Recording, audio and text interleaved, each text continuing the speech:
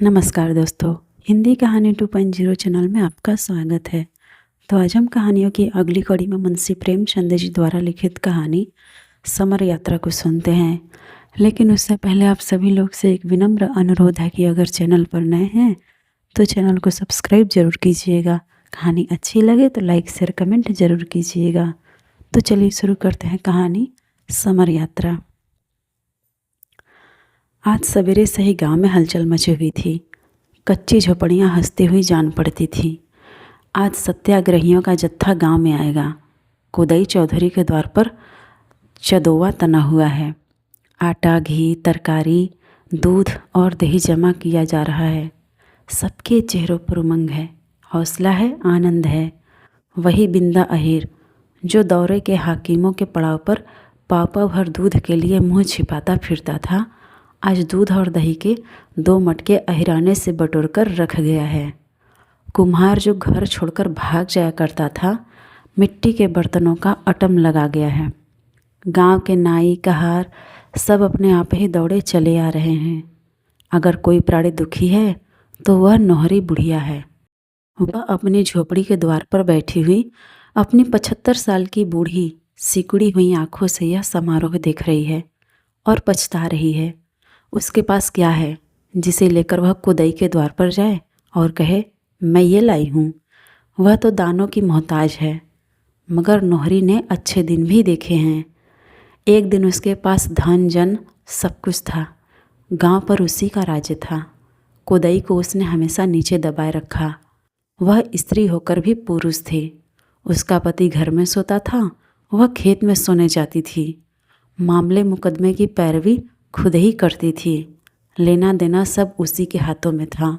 लेकिन वह सब कुछ विधाता ने हर लिया। न धन रहा, न जन रहे। अब उनके नामों को रोने के लिए वही बाकी थी। आंखों से सूझता न था, कानों से सुनाई न देता था। जगह से हिलना मुश्किल था। किसी तरह जिंदगी के दिन पूरे कर रही थी। और उधर कोदई के भाग उदय हो गए थे। अब चारों ओर से कोदई की पूछ ही पूछ थी। आज जलसा भी कोदई के द्वार पर हो रहा है। नौहरी को अब कौन पूछेगा? यह सोचकर उसका मनस्वी हृदय मानो किसी पत्थर से कुचल उठा। हाय, मगर भगवान ने उसे इतना अपंग न कर दिया होता तो आज झोपड़े को लीपती, द्वार पर बाजे बजवाती, कढ़ाव चढ़ा देती, पूड़ियाँ बनवाती और जब वह लोग खा चुकते तो अंजुलि भर रुपए उनकी भेंट कर देती। उसे वह दिन याद आया जब वह अपने बूढ़े पति को लेकर यहाँ से 20 कोस महात्मा जी के दर्शन करने गई थी। वह उत्साह, वह सात्विक प्रेम, वह श्रद्धा आज उसके हृदय में आकाश के मटियाल ने मेघों की भांति उमड़ने लगी। कोदई ने आकर पोपले मुंह से कहा, भाभी, आज महात्मा जी का जत्था आ रहा है, तुम्हें भी कुछ देना है? नौहरी ने चौधरी को कटार भरी हुई आंखों से देखा। निर्दयी मुझे जलाने आया है, मुझे नीचा दिखाना चाहता है।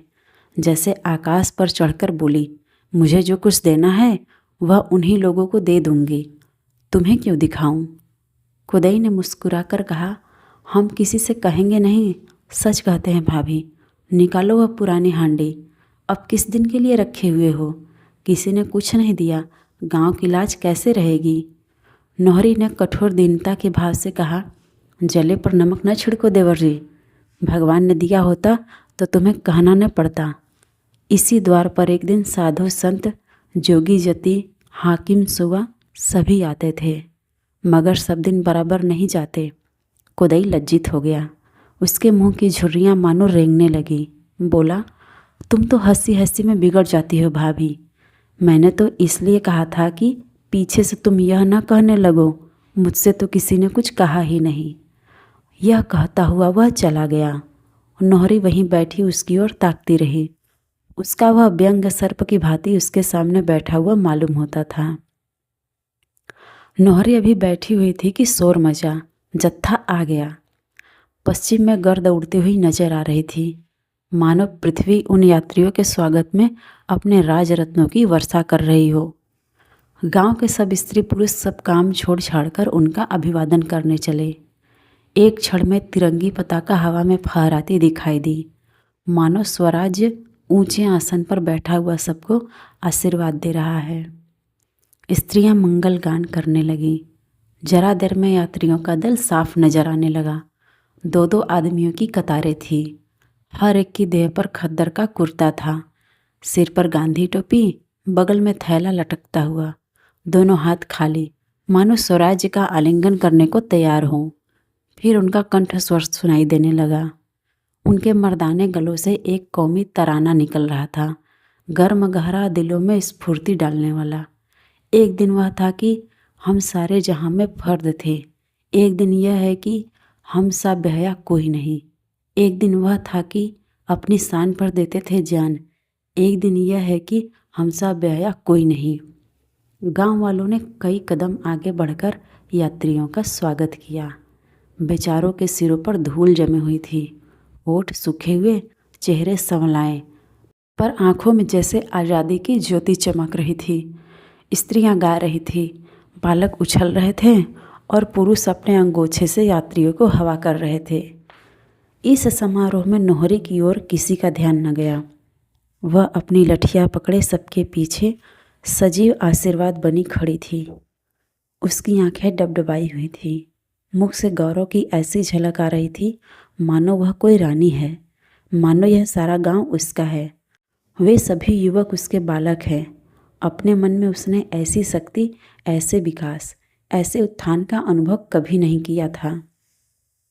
सहसा उसने लाठी फेंक दी और भीड़ को चीरती हुई यात्रियों के सामने आ खड़ी हुई। जैसे लाठी के साथ ही उसने बुढ़ापे और दुख के बोझ को फेंक दिया हो।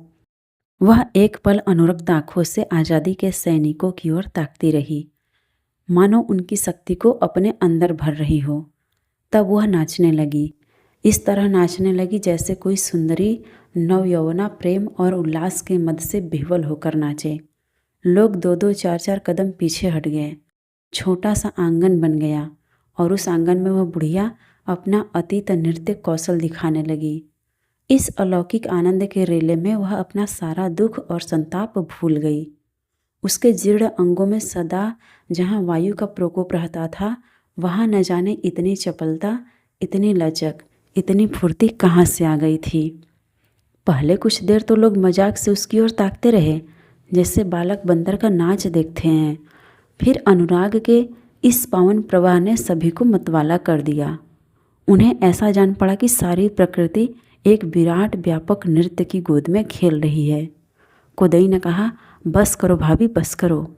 नौहरी ने थिरकते हुए कहा, खड़े क्यों हो, आओ ना जरा देखूं कैसा नाचते हो। कोदई बोले, अब बुढ़ापे में क्या नाचूं। नौहरी ने रुक कर कहा, क्या तुम आज भी बूढ़े हो? मेरा बुढ़ापा तो जैसे भाग गया। इन वीरों को देखकर भी तुम्हारी छाती नहीं फूलती? हमारा ही दुख दर्द हरने के लिए तो इन्होंने यह परण ठाना है। इन्हीं हाथों से हाकिमों की बेगार बजाई है, इन्हीं कानों से उनकी गालियां और घुड़कियां सुनी हैं। अब तो उस ओर जुल्म का नशा होगा। हम और तुम क्या अभी बूढ़े होने जोग थे? हमें पेट की आग ने जलाया है।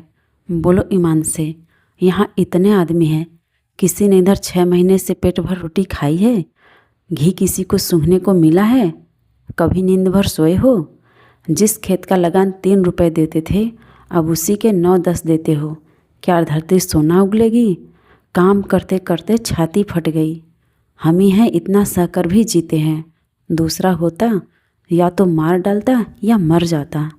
धन्य है महात्मा और उनके चेले के दिनों का दुख समझते हैं, उनके उद्धार का जतन करते हैं।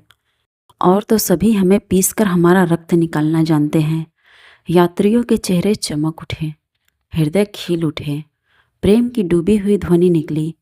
एक दिन था कि पारस थी यहाँ की सरजमीन, एक दिन यह है कि यो बेदस्तोपा कोई नहीं। कोदई के द्वार पर मसाले जल रही थी। कई गांवों के आदमी जमा हो गए थे। यात्रियों के भोजन कर लेने के बाद सभा शुरू हुई।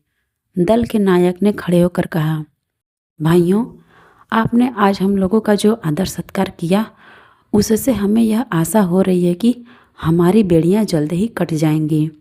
मैंने पूरब और पश्चिम के बहुत से देशों को देखा है और मैं जो तजर्बा से कहता हूँ कि आप में जो सरलता, जो ईमानदारी, जो श्रम और धर्म बुद्धि है, वह संसार के और किसी देश में नहीं। मैं तो यही कहूँगा कि आप मनुष्य नहीं देवता हैं। आपको भोग विलास से मतलब नहीं, नशा पानी से मतलब नहीं। अपना काम करना और अपनी दशा पर संतोष रखना, यह आपका आदर्श है। लेकिन आपका यही देवत्व, आपका यही सीधापन आपके हक में घातक हो रहा है। बुरा न मानिएगा, आप लोग इस संसार में रहने के योग्य नहीं। आपको तो स्वर्ग में कोई स्थान पाना चाहिए था। खेतों का लगान बरसाती नाले की तरह बढ़ता जा रहा है, आप छू नहीं करते। अमले और अहलकार आपको नोचते रहते हैं, आप जबान नहीं हिलाते। इसका यह नतीजा हो रहा है कि आपको लोग दोनों हाथों लूट रहे हैं, पर आपको खबर नहीं। आपके हाथों से सभी रोजगार छीनते जाते हैं, आपका सर्वनाश हो रहा है, पर आप आंखें खोलकर नहीं देखते। पहले लाखों भाई सूत काट कर कपड़े बुनकर गुजर करते थे, अब सब कपड़ा विदेश से आता है। पहले लाखों आदमी यही नमक खाते थे, अब नमक बाहर से आता है। यहाँ नमक बनाना जुर्म है। आपके देश में इतना नमक है कि सारे संसार का 200 साल तक उससे काम चल सकता है, पर अब 7 करोड़ रुपए सिर्फ नमक के लिए देते हैं। आपके उसरों में, झीलों में नमक भरा पड़ा है, आप उसे छू नहीं सकते। शायद कुछ दिनों में आपके कुओं पर भी महसूल लग जाए। क्या आप अब भी यह अन्याय सहते रहेंगे? एक आवाज़ आई, हम किस लायक हैं? नायक बोला, यही तो आपका भ्रम है। आप ही की गर्दन पर इतना बड़ा राज्य थमा हुआ है। आप ही इन बड़ी बड़ी फौजों, इन बड़े बड़े अफसरों के मालिक हैं, मगर फिर भी आप भूखों मरते हैं, अन्याय सहते हैं, इसलिए कि आपको अपनी शक्ति का ज्ञान नहीं। यह समझ लीजिए कि संसार में जो आदमी अपनी रक्षा नहीं कर सकता, वह सदैव स्वार्थी और अन्यायी आदमियों का शिकार बनेगा। आज संसार का सबसे बड़ा आदमी अपने प्राणों की बाजी खेल रहा है।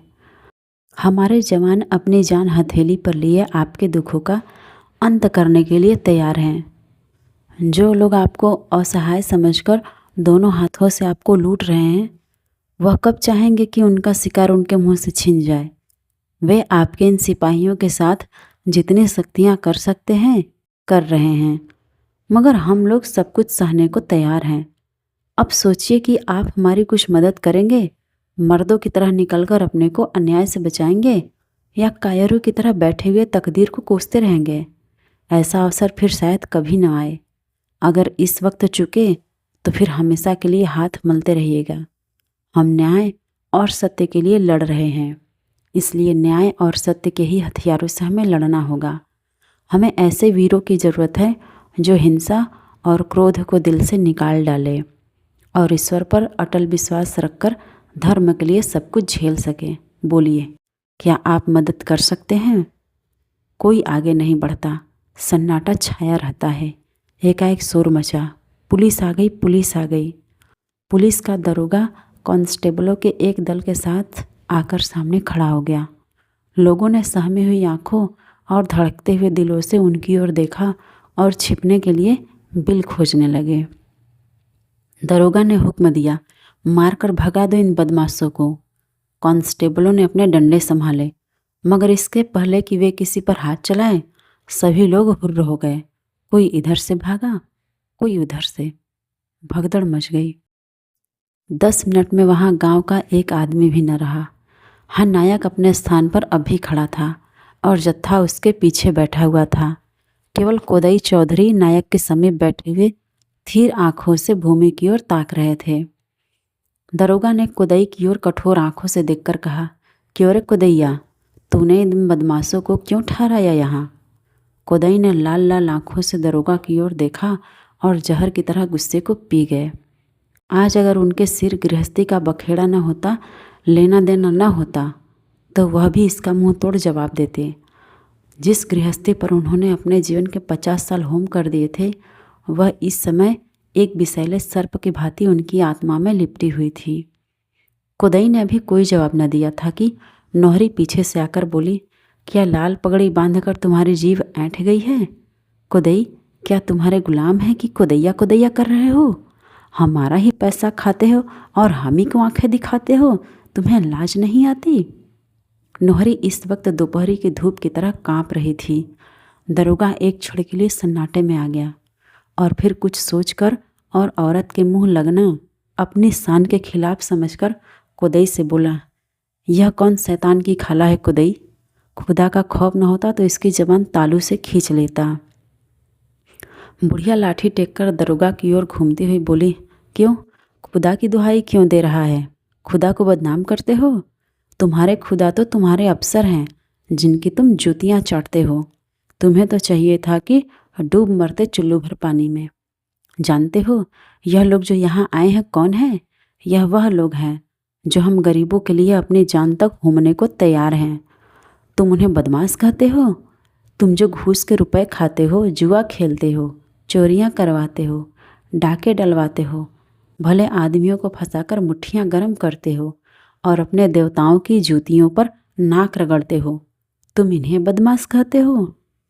नोहरी की तीक्ष्ण बातें सुनकर बहुत से लोग जो इधर उधर दबक गए थे फिर जमा हो गए। दरोगा ने देखा भीड़ बढ़ती जा रही है तो अपना हंटर लेकर उन पर पिल पड़े। लोग फिर तितर बितर हो गए।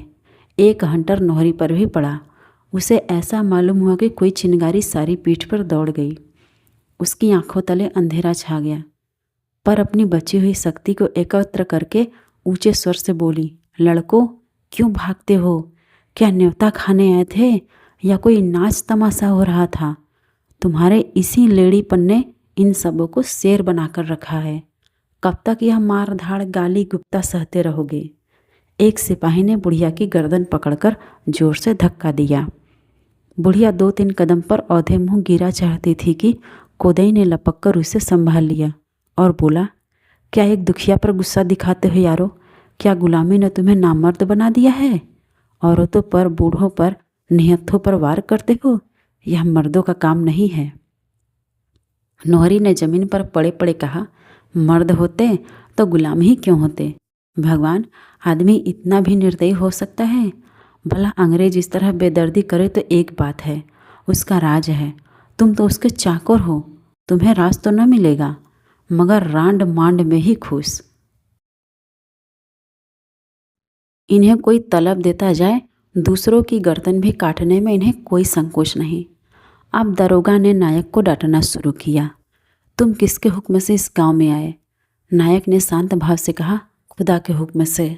दरोगा बोला, तुम रियाया के अमन में खलल डालते हो। नायक बोला, अगर तुम्हें उनकी हालत बताना उनके अमन में खलल डालना है तो बेशक हम उनके अमन में खलल डाल रहे हैं। भागने वालों के कदम एक बार फिर रुक गए। खुदाई ने उनकी ओर निराश आंखों से देखकर कांपते हुए स्वर में कहा, भाइयों, इस वक्त कई गांव के आदमी यहाँ जमा है। दरोगा ने हमारी जैसी बेआबरूई की है, क्या उसे सहकर तुम आराम की नींद सो सकते हो? इसकी फरियाद कौन सुनेगा? हकीम लोग क्या हमारी फरियाद सुनेंगे? कभी नहीं। आज अगर हम लोग मार डाले जाएं तो भी कुछ न होगा। यह है हमारी इज्जत और आबरू, थोड़ी है इस जिंदगी पर। समूह स्थिर भाव से खड़ा हो गया, जैसे बहता हुआ पानी मेड़ से रुक जाए। भय का धुआं जो लोगों के हृदय पर छा गया था एकाएक हट गया। उनके चेहरे कठोर हो गए। दरोगा ने उनके तेवर देखे तो तुरंत घोड़े पर सवार हो गया और कोदई को गिरफ्तार करने का हुक्म दिया। 2 सिपाहियों ने बढ़कर कोदई की बाह पकड़ ली। कोदई ने कहा, घबराते क्यों हो? मैं कहीं नहीं भागूंगा, चलो। कहाँ चलते हो? ज्यों ही कोदई दोनों सिपाहियों के साथ चला, उसके दोनों जवान बेटे कई आदमियों के साथ सिपाहियों की ओर लपके कि कोदई को उनके हाथों से छीन ले। सभी आदमी विकट आवेश में आकर पुलिस वालों के चारों ओर जमा हो गए। दरोगा ने कहा, तुम लोग हट जाओ वरना मैं फायर कर दूंगा। समूह ने इस धमकी का जवाब भारत माता की जय से दिया और एकाएक 2-2 कदम आगे और खिसक आए। दरोगा ने देखा अब जान बचती नहीं नजर आती है। नम्रता से बोला, नायक साहब, यह लोग फसाद पर आमादा है, इसका नतीजा अच्छा न होगा। नायक ने कहा, नहीं, जब तक हम में एक आदमी भी यहाँ रहेगा आपके ऊपर कोई हाथ न उठा सकेगा। आपसे हमारी कोई दुश्मनी नहीं है। हम और आप दोनों एक ही पैरों के तले दबे हुए हैं। यह हमारी बदनसीबी है कि हम आप 2 विरोधी दलों में खड़े हैं। यह कहते हुए नायक ने गांव वालों को समझाया, भाइयों, मैं आपसे कह चुका हूँ, यह न्याय और धर्म की लड़ाई है। हमें न्याय और धर्म के हथियार से ही लड़ना है। हमें अपने भाइयों से नहीं लड़ना है। हमें तो किसी से भी लड़ना नहीं है। दरोगा की जगह कोई अंग्रेज होता तो भी हम उसकी इतनी ही रक्षा करते। दरोगा ने कोदई चौधरी को गिरफ्तार कर लिया। मैं इसे चौधरी का सौभाग्य समझता हूँ। धन्य है वे लोग जो आज़ादी की लड़ाई में सजा पाए। यह बिगड़ने या घबराने की बात नहीं है। आप लोग हट जाएं और पुलिस को जाने दें। दरोगा और सिपाही कोदई को लेकर चले। लोगों ने जय ध्वनि की, भारत माता की जय। कोदई ने जवाब दिया, राम राम भाइयों, राम राम। डटे रहना मैदान में, घबराने की कोई बात नहीं है। भगवान सबका मालिक है। दोनों लड़के आंखों में आंसू भरे आए और कातर स्वर में बोले, हमें क्या कहे जाते हो दादा? कोदई ने उन्हें बढ़ावा देते हुए कहा, भगवान का भरोसा मत छोड़ना और वह करना जो मर्दों को करना चाहिए। भय सारी बुराइयों की जड़ है। इसे मन से निकाल डालो, फिर तुम्हारा कोई कुछ नहीं कर सकता। सत्य की कभी हार नहीं होती। आज पुलिस के सिपाहियों के बीच में कोदई को निर्भयता का जैसे अनुभव हो रहा था, वैसा पहले कभी न हुआ था। जेल और फांसी उसके लिए आज भय की वस्तु नहीं, गौरव की वस्तु हो गई थी। सत्य का प्रत्यक्ष रूप आज उसने पहली बार देखा, मानो वह कवच की भांति उसकी रक्षा कर रहा हो। गांव वालों के लिए कोदई का पकड़ लिया जाना लज्जाजनक मालूम हो रहा था। उनकी आंखों के सामने उनके चौधरी इस तरह पकड़ लिए गए और वे कुछ ना कर सके। अब वे मुंह कैसे दिखाएं? हर एक के मुंह पर गहरी वेदना झलक रही थी, जैसे गांव लुट गया। सहसा नौहरी ने चिल्लाकर कहा, अब सब जने खड़े क्या पछता रहे हो? देख ली अपनी दुर्दशा या अभी कुछ बाकी है? आज तुमने देख लिया ना कि हमारे ऊपर कानून से नहीं लाठी से राज हो रहा है। आज हम इतने बेशरम हैं कि इतनी दुर्दशा होने पर भी कुछ नहीं बोलते। हम इतने स्वार्थी, इतने कायर न होते तो उनकी मजाल थी कि हमें कोड़ों से पीटते। जब तक तुम गुलाम बने रहोगे, उनकी सेवा टहल करते रहोगे, तुम्हें भूसा चोकर मिलता रहेगा। लेकिन जिस दिन तुमने कंधा टेढ़ा किया, उसी दिन मार पड़ने लगेगी। कब तक इस तरह मार खाते रहोगे? कब तक मुर्दों की तरह पड़े गिद्धों से अपने आप को नुचवाते रहोगे? अब दिखा दो कि तुम भी जीते जागते हो और तुम्हें भी अपनी इज्जत आबरू का कुछ ख्याल है। अब इज्जत भी न रही तो क्या करोगे? खेती बाड़ी करके, धर्म जमा करके जीकर क्या करोगे? क्या इसीलिए जी रहे हो कि तुम्हारे बाल बच्चे इसी तरह लाते खाए जाएं, इसी तरह कुचल जाएं? छोड़ो यह कायरता। एक दिन खाट पर पड़े पड़े मर जाओगे। क्यों नहीं इस धर्म की लड़ाई में आकर वीरों की तरह मरते? मैं तो बूढ़ी औरत हूँ, लेकिन और कुछ न कर सकूँगी तो जहाँ यह लोग सोएंगे वहाँ झाड़ू तो लगा दूँगी, इन्हें पंखा तो झलूँगी। कोदई का बड़ा लड़का मैकू बोला, हमारे जीते जी तुम जाओगी काकी? हमारे जीवन को धिक्कार है। अभी तो हम तुम्हारे बालक जीते ही हैं। मैं चलता हूँ उधर, खेती बाड़ी गंगा देखेगा। गंगा उसका छोटा भाई था। बोला, भैया तुम यह अन्याय करते हो। मेरे रहते तुम नहीं जा सकते। तुम रहोगे तो गृहस्थी संभाल लोगे, मुझसे तो कुछ न होगा, मुझे जाने दो। मैकू बोला, इसे काकी पर छोड़ दो। इस तरह तो हमारी तुम्हारी लड़ाई होगी, जिसे काकी का हुक्म हो वह जाए। नौहरी ने गर्व से मुस्कुराकर कहा, जो मुझे घूस देगा उसी को जिताऊंगी। मैकू बोला, क्या तुम्हारी कचहरी में भी वही घूस चलेगा काकी? हमने तो समझा था यहाँ ईमान का फैसला होगा। नौहरी बोली, चलो रहने दो, मरती दाई राज मिला है तो क्या कुछ तो कमा लूँ। गंगा हंसता हुआ बोला, मैं तुम्हें घूस दूंगा काकी। अब की बाजार जाऊंगा तो तुम्हारे लिए पूरी तम्बाकू का पत्ता लाऊंगा। नौहरी बोली, तो बस तेरी ही जीत है, तू ही जाना। मैकू बोला, काकी तुम न्याय नहीं कर रही हो। नौहरी बोली, अदालत का फैसला कभी दोनों फरीक ने पसंद किया है कि तुम ही करोगे। गंगा ने नौहरी के चरण छुए, फिर भाई से गले मिला और बोला, कल दादा को कहला भेजना कि मैं जाता हूँ। एक आदमी ने कहा, मेरा भी नाम लिख लो भाई, सेवाराम। सब ने जय घोष किया। शिवाराम आकर नायक के पास खड़ा हो गया। दूसरी आवाज़ आई, मेरा नाम लिख लो, भजन सिंह। सबने जय घोष किया। भजन सिंह जाकर नायक के पास खड़ा हो गया। भजन सिंह 10-5 गांवों में पहलवानी के लिए मशहूर था। वह अपनी चौड़ी छाती ताने सिर उठाए नायक के पास खड़ा हुआ तो जैसे मंडप के नीचे एक नए जीवन का उदय हो गया। तुरंत ही तीसरी आवाज़ आई, मेरा नाम लिखो, घूरे। यह गांव का चौकीदार था। लोगों ने सिर उठाकर उसे देखा। सहसा किसी को विश्वास न आता था कि घूरे अपना नाम लिखाएगा। भजन सिंह ने हंसते हुए पूछा, तुम्हें क्या हुआ है घूरे? घूरे ने कहा, मुझे वही हुआ है जो तुम्हें हुआ है। 20 साल तक गुलामी करते करते थक गया। फिर आवाज़ आई, मेरा नाम लिख लो, काले खां। वह जमींदार का सहना था, बड़ा ही जाबिर और दमंग। फिर लोगों को आश्चर्य हुआ। मैकू बोला, मालूम होता है हमको लूट लूट कर घर भर लिया है। क्यों? काले खान गंभीर स्वर से बोला, क्या जो आदमी भटकता रहे उसे कभी सीधे रास्ते पर न आने दोगे भाई? अब तक जिसका नमक खाता था उसका हुक्म बजाता था, तुमको लूट लूट कर उसका घर भरता था। अब मालूम हुआ कि मैं बड़े भारी मुगालते में पड़ा हुआ था। तुम सब भाइयों को मैंने बहुत सताया है, अब मुझे माफ़ी दें। पांचों रंगरूट एक दूसरे से लिपटते थे, उछलते थे, चीखते थे, मानो उन्होंने सचमुच स्वराज्य पा लिया हो और वास्तव में उन्हें स्वराज्य मिल गया था। स्वराज्य चित्त की वृत्ति मात्र है। जो ही पराधीनता का आतंक दिल से निकल गया, आपको स्वराज्य मिल गया।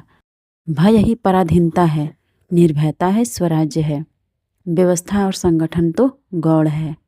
नायक ने उन सेवकों को संबोधित करके कहा, मित्रों, आप आज आज़ादी के सिपाहियों में आ मिले, इस पर मैं आपको बधाई देता हूँ। आपको मालूम है हम किस तरह लड़ाई करने जा रहे हैं। आपके ऊपर तरह तरह की सख्तियाँ की जाएंगी, मगर याद रखिए, जिस तरह आज आपने मोह और लोभ का त्याग कर दिया है, उसी तरह हिंसा और क्रोध का भी त्याग कर दीजिए। हम धर्म संग्राम में जा रहे हैं, हमें धर्म के रास्ते पर जमा रहना होगा। आप इसके लिए तैयार हैं? पांचों ने एक स्वर में कहा, हम तैयार हैं। नायक ने आशीर्वाद दिया, ईश्वर आपकी मदद करे। उस सुहावने सुनहले प्रभात में जैसे उमंग घुली हुई थी। समीर के हल्के हल्के झोंकों में, प्रकाश की हल्की हल्की किरणें में उमंग सनी हुई थी। जैसे लोग दीवाने हो गए थे, मानो आज़ादी की देवी उन्हें अपनी ओर बुला रही हो। वही खेत खलिहान है, वही बाग बगीचे हैं, वही स्त्री पुरुष हैं, पर आज के प्रभात में जो आशीर्वाद है, जो वरदान है, जो विभूति है, वह और कभी न थी। वही खेत खलिहान, वही बाग बगीचे, वही स्त्री पुरुष आज एक नए विभूति के रंग में रंग गए हैं। सूर्य निकलने के पहले ही कई हजार आदमियों का जमाव हो गया था। जब सत्याग्रहियों का दल निकला तो लोगों की मस्तानी आवाज़ों से आकाश गूंज उठा। नए सैनिकों की विदाई, उनकी रमणियों का कातर धैर्य, माता पिता का आर्द्र गर्व, सैनिकों के परित्याग का दृश्य लोगों को मस्त किए देता था। सहसा नोहरी लाठी टेकते हुए आकर खड़ी हो गई। मैकू ने कहा, काकी हमें आशीर्वाद दो। नोहरी बोली, मैं तुम्हारे साथ चलती हूँ बेटा, कितना आशीर्वाद लोगे? कई आदमियों ने एक स्वर से कहा, काकी तुम चली जाओगी तो यहाँ कौन रहेगा? नोहरी ने शुभकामना से भरे हुए स्वर में कहा, भैया जाने के तो अब दिन है ही, आज न जाऊँगी 2-4 महीने बाद जाऊँगी, अभी जाऊँगी तो जीवन सफल हो जाएगा। 2-4 महीने खाट में पड़े पड़े जाऊँगी तो मन की आस मन में ही रह जाएगी। इतने बालक हैं, इनकी सेवा से मेरी मुकुट बन जाएगी। भगवान करे तुम लोगों के सुदिन आए और मैं अपनी ज़िंदगी में तुम्हारा सुख देख लूँ। यह कहते हुए नोहरी ने सबको आशीर्वाद दिया और नायक के पास जाकर खड़ी हो गई। लोग खड़े देख रहे थे और जत्था गाता हुआ जाता था। एक दिन वह था कि हमारे सारे जहां में फर्द थे, एक दिन यह है कि हमसे बेहया कोई नहीं। नोहरी के पांव जमीन पर न पड़ते थे, मानो विमान में बैठी हुई स्वर्ग में जा रही हो। तो आज की मुंशी प्रेमचंद जी द्वारा लिखित कहानी समर यात्रा आपको कैसी लगी कमेंट करके ज़रूर बताइएगा। और अगर चैनल पर नए हैं तो चैनल को सब्सक्राइब ज़रूर कीजिएगा और अपने दोस्तों को भी शेयर कीजिएगा।